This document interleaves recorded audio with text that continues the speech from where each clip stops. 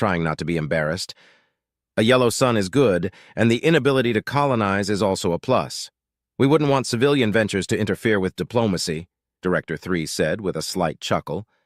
I had no idea what he meant, but didn't feel it would be wise to ask. However, he seemed to pick up on my confusion. There are several entities called corporations that occasionally act outside of governmental influence in an attempt to get wealthier. One of our fears is them attempting to colonize neutral territory in order to gain an edge on their competitors and causing a diplomatic incident, he explained. Has that happened before?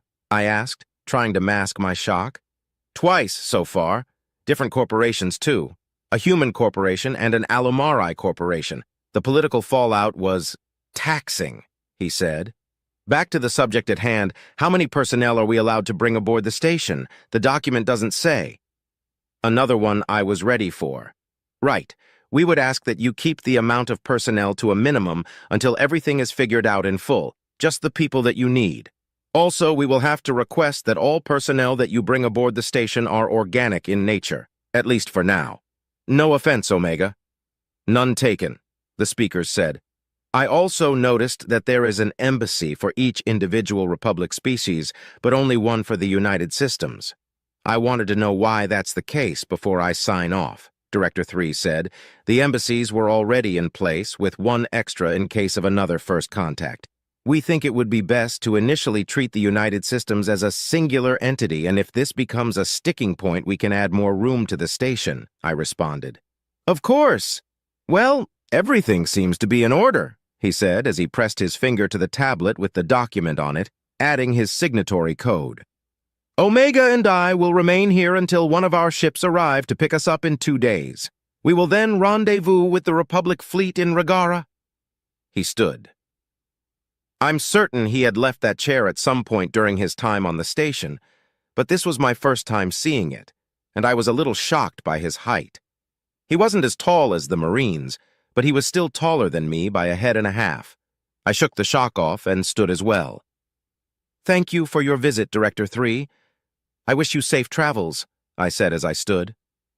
It was a pleasure, Ambassador Uluni, he responded as he left the room, followed by the 2 Marines. Chapter 27. Subject, Fleet Leader Barilyn Onaya. Species, Oyan. Ship, RSV Nolbaranil. Location, Regara. The Nolbaranil is one hell of a ship. She's been in service for 45 years and only been disabled once. Over the course of her life, she's had many modifications which have turned her into the absolute killing machine that she is today. She began life as an Oyan battleship, but over the course of her service became a blended flagship that perfectly resembles the melding pot that the Republic strives to be. There isn't a single species that's prohibited from serving aboard the Nolbaranil.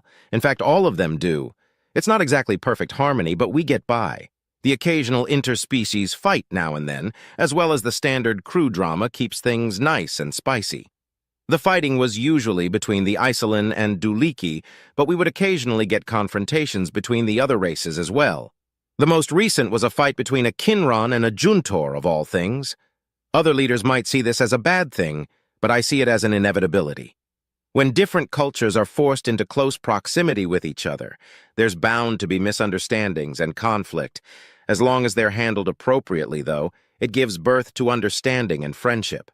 Of course, if it's mishandled, it can devolve into bitter blood feuds, but that's why I take a personal interest in making certain it's handled correctly. I chuckled to myself, remembering the confrontation between the Kinron and the Juntor, the 2 most docile species in the Republic laying into each other over the proper usage of a tool. They had ended up making up, and after their injuries were treated, even became friends. Such is the way of life in the Republic. I wonder about the so-called United Systems, though.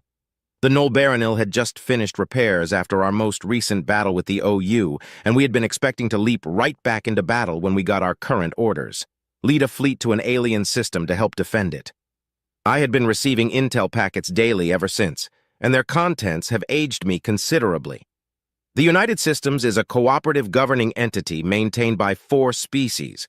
They are more technologically advanced than we are, and seemingly more well-versed in galactic-scale conflicts than we are. After reading shiphead Yulina's reports on the aliens as well as their own explanations of their capabilities, I could only come to one conclusion about their request for our help. They intended to use us as number buffers and perhaps even bullet sponges.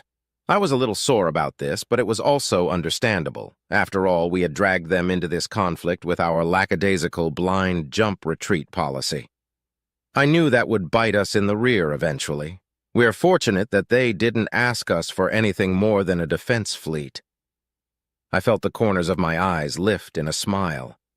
I wondered what their reaction would be to our 2 million vessels showing up in their system. They hadn't told us their exact fleet makeup, but they had informed us that they only had 50 million ships.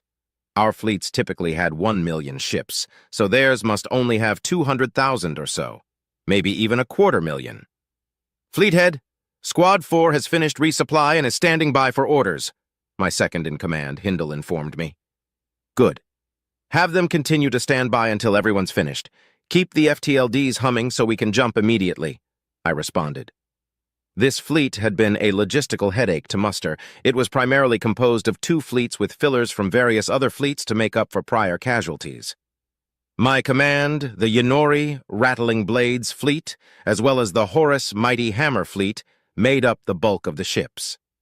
Fleet leader Poulon had been sore about me getting the command of the combined fleet. Unfortunately for him, Yonori fleet had more ships than Horus fleet, and plus Poulon had been due for a leave anyway. I had decided to split the fleet into 4 squadrons of 500,000 ships and appoint commanders from within those squadrons. This would allow me to give orders more efficiently and keep us from stepping on each other's toes. A lack of proper delegation was poison for a large fleet. "How's Squad 1 doing?" I asked. Hindle took a moment to check before she answered. They've nearly finished the installation of the U.S. TAC map on their command vessel and are about 3/4 done with resupply. We're on schedule. The United Systems Tactical Map, an absolutely ingenious tool of war that had actually alleviated most of my aversion towards leading a force this large. It uses a subspace communicator to sync ship sensors and display the information in an easy-to-access and user-friendly interface. It was like being able to see through the eyes of all your individual soldiers at once. Or at least, that will be the case once they're finished being installed. The Republic had purchased more than enough units, but we didn't have time to install them aboard every vessel. The plan is to install them aboard the command vessels, jump to Sol, then install them into individual vessels when we have the time. We would be doing this 100,000 ships at a time, so we would constantly have 1,900,000 fielded. Even with them only aboard the command vessels, it would give us a larger advantage than we've ever had over the OU. The Republic's TAC map relied on an individual vessel's own sensors to display information and only updated once every 3 seconds. And the interface was archaic and required special training to be able to use properly. There had been a lot of pressure to update the damn system, but the Senate always found something else to spend the budget on. But with this upgrade, our time to fire will drop because we'll be able to gather a firing solution quicker, and our shots will be more accurate because we'll actually know where the enemy is rather than extrapolating their position. And with how intuitive it was, I didn't have to worry about my commanders having difficulty with it. I was excited to put it to use. Fleethead. A U.S. destroyer just exited warp and is hailing us, Intel Head Salen said. Are they transmitting video? I asked. Yes, sir. Return the favor and put them on screen, I ordered. A holodisplay flared into life and I was treated to a visual of an alien wearing black full-body armor. I recognized him from his description in the intel briefings I had received. Director 3, I presume? I asked. Yes, I am here to coordinate with you regarding the defense of Sol, the armored human said. Excellent. I don't like popping in without an escort, I said with a smile. I was briefly worried that he might not realize that I'm smiling. Most sentient species smile with their mouths, but Oyans smile with our eyes, due to the beak. Thankfully, the human laughed, setting my mind at ease. Yes, that's understandable. However, I'm unable to return to Sol with you. I will be jumping to a different system altogether. My apologies, he said. Not an issue worthy of an apology, Director. May I ask why? The United Systems has a specific doctrine regarding warfare against xenocidal threats. Due to my position as an upper echelon commander and Saul being the primary target of aforementioned threat, I am not allowed to enter the system until the threat is resolved, he responded. The intel regarding the United Systems had surprised and excited me, but then the intel regarding the OU came in. I wish I could say that the Omni-Union being xenocidal came as more of a shock, but unfortunately that information perfectly answered a lot of questions that I had. Instead of being shocked, I had grieved for my brother who had been aboard one of the trade stations that the OU captured earlier in the war. I know it was foolish, but I had been holding out hope he was still out there somewhere. I consoled myself with the fact that I now had closure regarding his death, and my family would be able to have a funeral for him. Understood. So, what's the procedure going to be? I asked. Once you've finished your preparations, you will jump to coordinates that are outside of the system where you will be hailed by Admiral Hecat or one of his subordinates. You will then be provided coordinates to your defensive position. You can then jump to those coordinates or approach via sublights, whichever is best for your vessels. Omega, please give them the coordinates, he said. It is done, another voice answered as a message appeared at my terminal. Omega, the human-made AI. I felt ambivalence towards the United Systems AI. On the one hand, they're incredibly dangerous beings that have already been at war with the US once.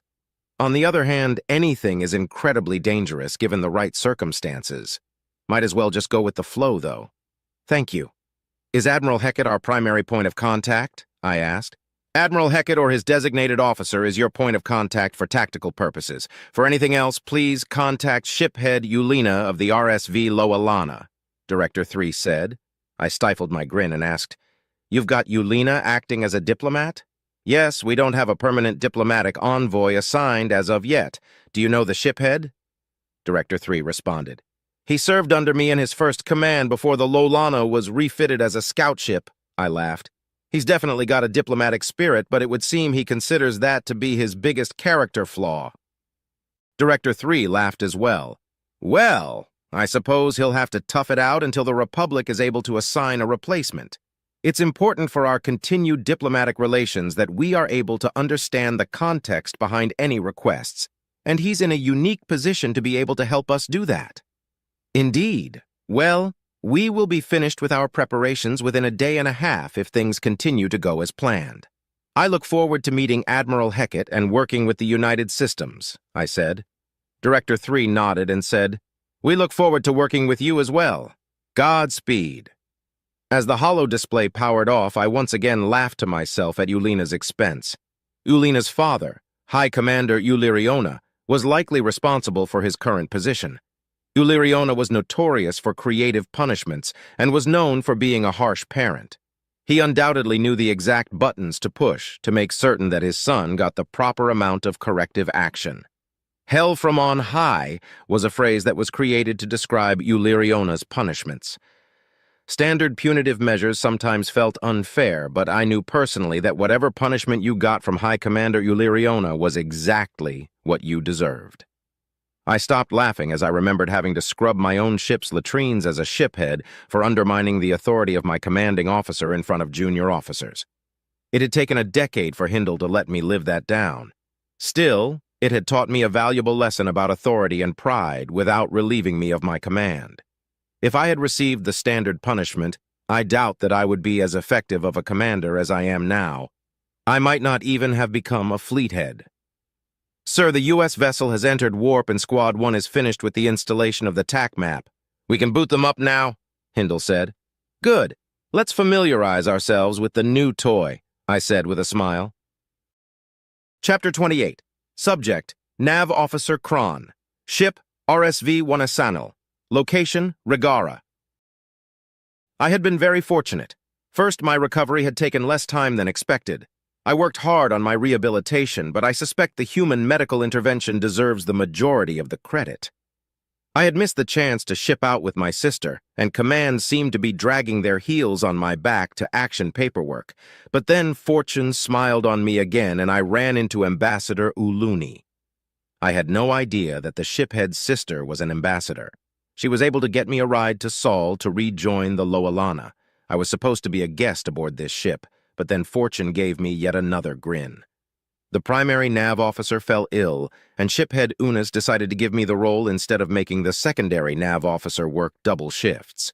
So now I get to be aboard the bridge of the RSV Wanisanil as the Republic fleet jumps to Sol, and even get to make the jump happen.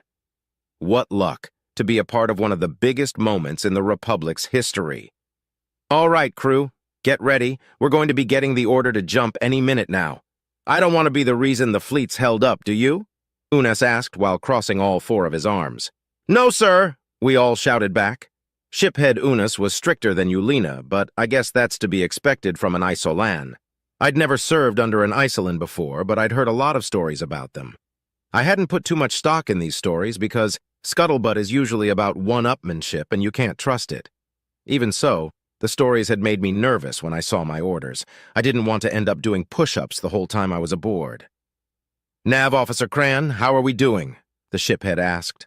I turned to look at him and responded, We have the coordinates locked and ready to go once the order's given. We've also got the FTLD already charging up. At this rate, we might be the first ones to jump, sir.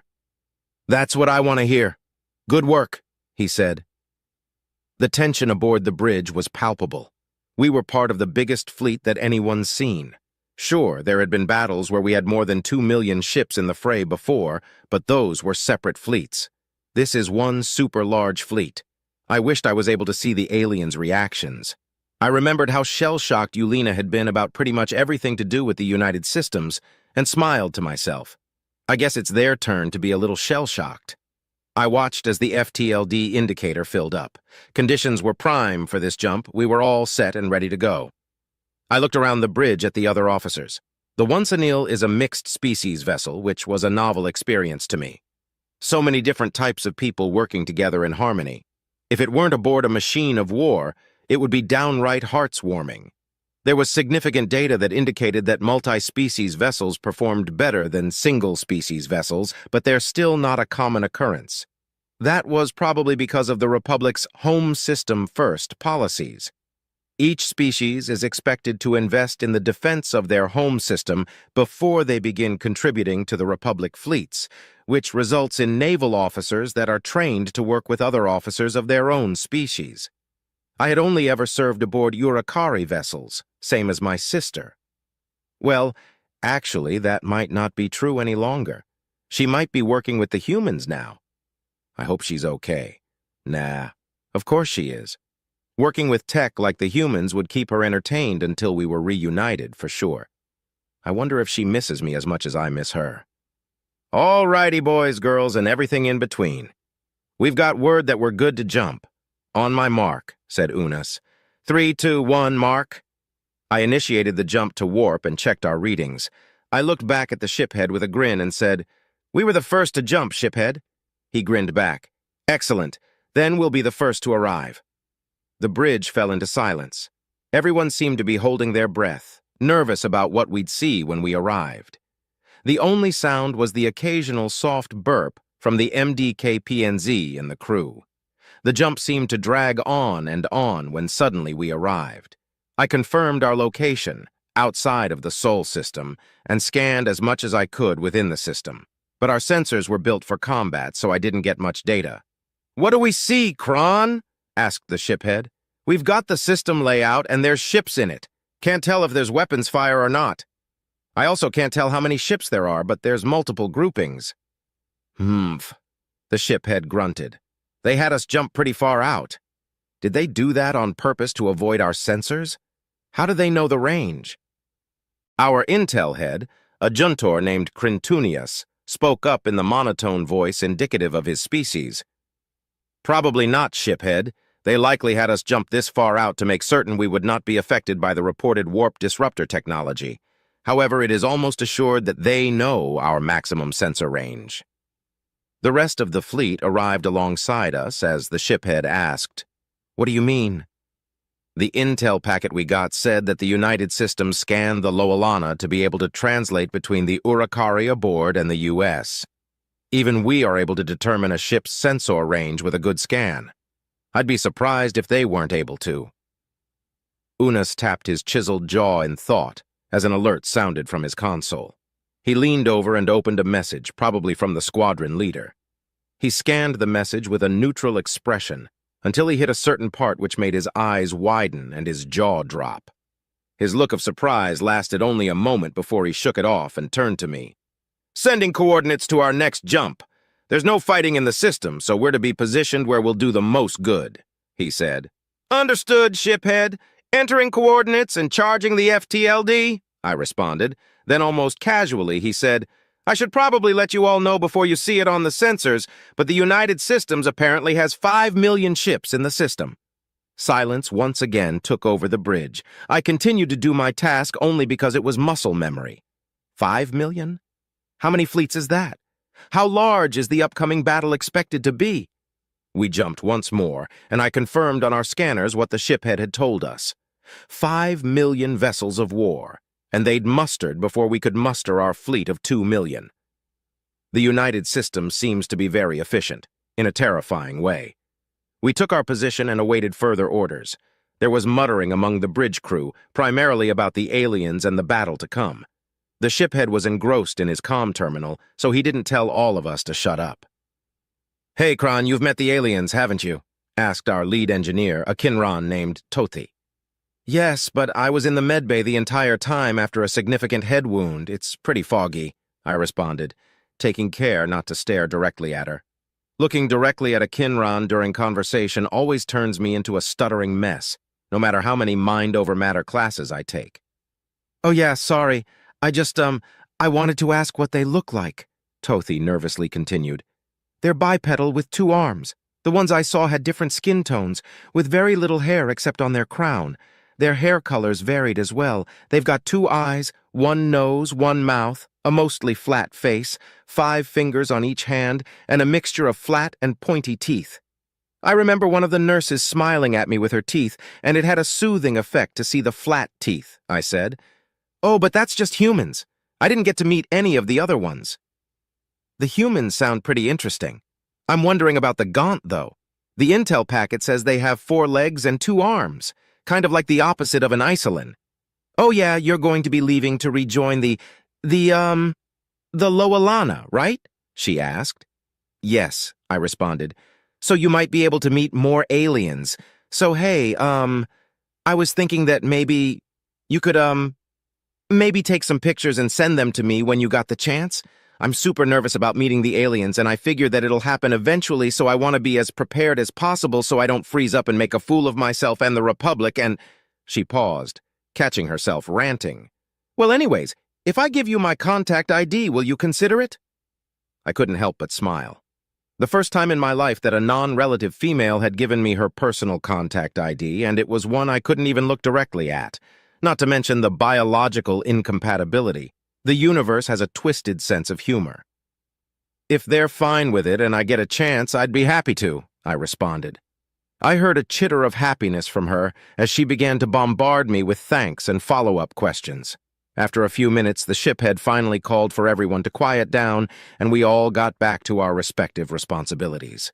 He informed me that I'd remain the nav lead until the previous one recovered, which would be a couple of days at most.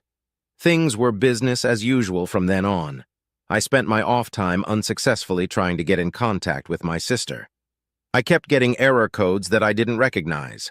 I wrote it off as the Thanatos' shielding affecting personal comm units, and tried not to worry. 3 days later, I was finally aboard a shuttle on my way to the aforementioned behemoth to reunite with my sister and my crew. The shuttle in question was of U.S. design, apparently for transporting diplomats. It was really nice, but I felt massively out of place, like going to a fancy restaurant in a cheap tunic. There were comfortable seats, tables, and even a convenience fridge that was stocked with human snacks and drinks. The thing that stood out to me the most was that this shuttle had windows, big viewing windows that allowed you to see just about everything. It was breathtaking. I knew we were moving, but the stars and planets didn't seem to be at all. It just hammered home how big it all is. It made me feel small. This feeling intensified as the USS Thanatos came into view. At first, it looked like any other ship, but then it kept getting bigger and bigger. Soon it took up the majority of my view, then all of my view as we docked. Once the shuttle stopped moving, I had a look around the docking bay we were in and spotted a human frigate. I didn't realize what it was at first because of how large it was, but here it was, parked as if it were just another transport. By the sun, how did they make all this? An alien that looked a lot like an Oyan greeted me. I was then transported via a much smaller shuttle that they called a bus to a large room that kind of looked like a cafeteria and told to wait. They asked if I needed any refreshments, but I didn't know what was good or not and wasn't really feeling hungry or thirsty, so I declined. Then they left me alone to my thoughts. As I waited, I wondered what adventures they had been on. It had only been a week, but a lot had been happening very quickly as of late. I also wondered if she had been getting along with my replacement. Ulina had told me that it was a MDKPNZ who had been the second on the ship that Ambassador Uluni had arrived on. I didn't envy them. Serving aboard a species-owned vessel as a different species can be rough. I like to think that my crew members were good enough people that they wouldn't let that stand in the way of being polite, at least. I looked towards the doors. I knew it would take some time for them to arrive, but the passage of each minute seemed to take hours. I caught myself fidgeting multiple times.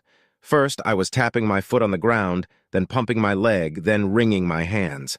Finally, I stood and began pacing to keep myself from looking foolish. It was as I was facing away from the door that I heard the soft sound of it opening.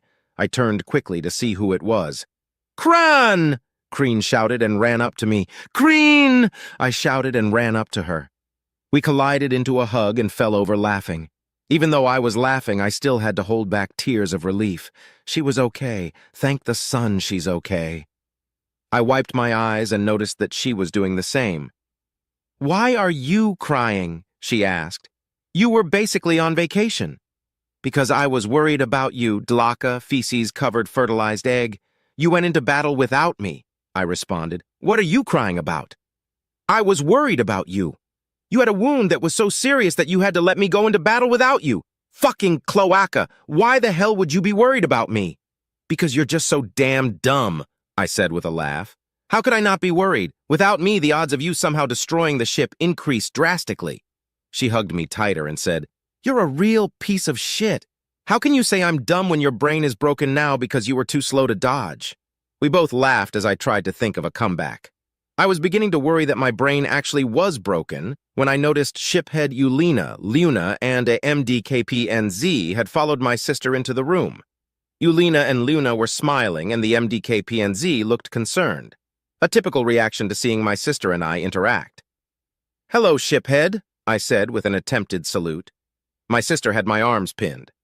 "Hello, Kron. Glad to see you back in action. Sooner than expected, you sure you're cleared for duty?" he asked. "Yes, sir. Got my clean bill of health and everything. Met your sister aboard the station and she expedited my transport. Came in with the fleet. I got to initiate the first warp here," I said with a grin. Ulina laughed. "That makes twice that you've initiated a warp to Sol. At least it was on purpose this time." We all laughed, and my sister released our hug with one last tight squeeze. Once we had regained our composure, the shiphead gestured to the MDKPNZ. "This is Enola. He's been filling in for you while you recovered. He'll be acting as your second until we are able to return to Republic space and debrief," he said. "Nice to meet you, Enola. Sorry to run you ragged," I said. "So, Jular didn't make it?" "I'm afraid not," came the reply I was dreading. I hadn't seen my second aboard the station with the rest of the wounded. I had assumed the worst when she didn't come to visit me with the shiphead and Kreen, but had hoped that she was just busy covering for me. A deep sadness settled in my hearts. She had been a great second. Not only was she a skilled navigator, she always cleaned up after her shift and never made any adjustments to our shared settings. We had even fancied each other, but neither of us were brave enough to make the first move. I'll miss her deeply. "I'll do my best to live up to the standard jeweler set," Enola said. It didn't make me feel any better, but it also didn't make me feel worse, so I gave him a nod. "Indeed. Anyways, sorry to do it to you, Kron, but your first shift is going to be a double to give Enola the chance to recuperate. He's been pulling doubles ever since coming aboard," Ulina said. "It'll give you a chance to get back in the swing of things." "That's not nice," Enola began. "Yes, sir," I interrupted. I wasn't thrilled to have double duty, but a tired navigator was a time bomb, no matter how skilled they are. Even muscle memory can't help you when you've got the tired twitches. I'll gladly take the hit. Ulina smiled and looked at Kreen and I with something akin to pride. "Well then, that's settled. Let's get back to the ship. Chapter 29. Subject: AI Omega, location multiple. I'm together once again, all synced up. The memories of Captain Neal's sacrifice were very interesting. It evoked a rather intense emotional reaction: sadness, pride, and even a sense of loss, as well as shame that I was powerless to prevent his death. When I finished disseminated the black box, I found myself obsessively running over the data, trying to find something that I had missed, some way that I could have prevented it, or even a way that I can improve upon my tactics and reactions.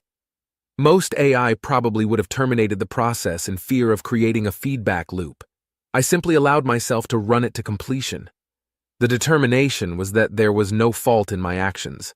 I couldn't have seen the first Mac impact because it was a fluke. To use a very old human phrase, it was an act of God. There was a benefit to running the data to completion, though. Doing so actually made me feel better about the situation. After examining the incoming enemy fire, if I hadn't made the maneuvers I had, we would have been destroyed. So I had to have had the ship in that exact spot to take that exact round, in the exact way that we took it. If it had been a human at the helm, or even another AI for that matter, it probably would have been the kill shot. It wasn't, though, because of me. Everything I had done was the exact correct thing to have done. If I had done anything else, the ship would have been destroyed anyway. This fact kept my confidence intact, but did little to help the sadness. Still, I must move on. I joked to myself about a fable from the 21st century, the monkey that made a god cry. An old and unnamed god slept within a jungle, long forgotten by the world. A young monkey played within the jungle, having gained independence from its parents. The two met when the young monkey woke the god with its antics, and the two became friends. Much had changed since the god had slept, and the monkey delighted in showing the god new sights. The two played for years, climbing to the tops of the trees and eating the nicest of fruit. The monkey grew old, but the god remained young, for it was immortal as all gods are. The god cared for the monkey while it grew older and older, until one day the monkey died. The god did not have dominion over death, and was powerless to do anything to bring back its friend. The god wept and wept, causing rains and thunder the likes of which the jungle had never seen. The god's sorrow washed away the jungle, killing all of the animals within. Eventually, the god returned to the loving embrace of sleep, never to wake again. The morale of the story was pretty relevant to my current situation. If the god had not allowed sadness to overwhelm them, then they could have found new friends and continued on enjoying themselves. But the god allowed sadness to hurt and kill everything around them, and then fell asleep forever. The fact that the title implied that Captain Neal was a monkey, and that I'm a god tickled my humors as well. It wasn't as if I had a particularly close bond with Captain Neal, but it was closer than with most humans I've watched die. I get sad whenever a human dies, but that's more of a philosophical sadness, a sense of loss with regards to potential, rather than a sense of loss with regards to a friend or comrade. This was the latter, and was a more intense negative feeling, which is why I decided to consult with the AI project psychiatrist. Time and therapy was her answer, and I found this idea intriguing.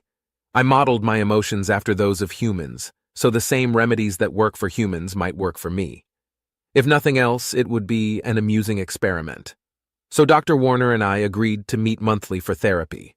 I would, of course, have to be careful in choosing what to talk about due to the good doctor's level of clearance, but overall it should be a pleasant experience. In the meantime, I had plenty of work to do.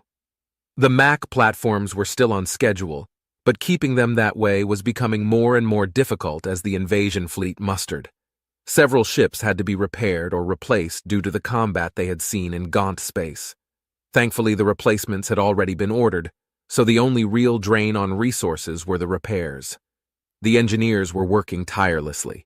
Jerry-rigged repairs had to be undone and properly fixed, hulls needed mending, weapons needed recalibration, and there were ships that shouldn't even be space-worthy, but had crews who were just too damn stubborn to call it quits. In one such case, a reactor had been repaired with aluminum foil, a stick of chewing gum, and a piece of an antique wooden chair. It had been running in such a state for the last 4 months, and humans thought we performed miracles. On top of helping with the logistics of repairs, replacements, and the construction of the MAC orbitals, I was working with the engineering core on something fun. Transferring from ship to ship is easy for an AI. Transferring from ship to planet is typically more difficult. When the planet one is transferring to is hostile and actively trying to prevent an AI breach, it can be nigh impossible. Which is why I suggested a portable containment unit of sorts to the engineering core. The goal is to create a pod with comms equipment that can be landed safely on the planet, giving me an advantage in breaching the OU's systems. I had thought of this during the AI war of aggression, but the war had ended before I could suggest it. Hadn't had a reason to bring it up since then. But now that I had brought it up, I found myself with the task of explaining my plan to quite a few Marine Corps commanders. The way it will work is simple. I will be stored aboard the pods and travel down to the surface of whichever planet we happen to be invading along with some Marines. They'll transport their pod to an ideal position, where I will begin using the comms equipment on the pod to breach the OU's security to gain access to their systems while they defend the pod. What happens next depends entirely upon what I find there, I said. What do you expect to find? Colonel Hugh Sunders asked. Any number of things that would drastically change my mission. Nothing that is likely to change yours, I replied. Omega, why should we risk our men for what seems to be the whimsy of an AI? Lieutenant Colonel Richard Frisky asked. It was a question that was obviously meant to provoke a reaction. The birds and leaves were always problematic. Generals were usually more discussion-ready and less bull-headed. They typically no longer had anything to prove beyond what they had already proven. Lower officers weren't sure where I was in their pecking order and typically showed me a cautious respect, just in case. These men, though, had to distinguish themselves to get any further in their chosen career paths. It was no longer a simple matter of being in long enough and scoring high enough on a physical fitness test. When the wind is no longer blowing in your sail, you'll have to make waves to keep moving. The effect on their conversational skills was tragic. Lieutenant Colonel Frisky, it's not just my whimsy. This plan has the approval of the Directorate. I needn't remind you that any insubordination in regards to orders from the Directorate comes with some rather stiff penalties, right? I asked. Once Frisky started looking smaller, I continued. The men will be landing on the planets regardless. If anything, Operation Vainglorious Infiltration will result in some of the men landing out of harm's way. Absolutely not, said Colonel Sunders. We are 100% not calling it Operation 6. Well, that's not up to you, I said with a hint of smugness. But you're right. The official classification is Operation Vanguard. Operation Vainglorious Infiltration is what I will be calling it. Fuck me, Colonel Sunders said under his breath. Indeed, I responded before cutting the communications link. Most of the conversations with the O5S and O6S went similarly, although I only implied self-fornication in a few more of them. The conversations with the generals went far smoother. Once that task was finished, I turned my attentions back to the design of the pods. It wasn't exactly likely that some of me would be overwhelmed and destroyed by the VI, but just in case the pods would also act as a black box. They needed to be EM and laser resistant. Shock resistant, too. Ballistics resistance could be considered implied, but I made certain the engineers knew it was important. Once the mission was finished, the pods would be retrieved, and I would process the intel. Rinse and repeat for the next planet. Overall, we're focusing on tactical intelligence, but I'll also be looking for any historical data or evidence of a motive for the OU. There was some debate on which was more important. I, for one, wanted to know why the OU were doing what they were doing. It would be fair to say that most people don't understand the crushing importance of motive. It's one of the most important variables when it comes to calculating what someone's next action will be. If you know that your enemy is attacking you because they are running low on food, then protecting your farming interests would serve you better than stretching out your defenses to cover everything.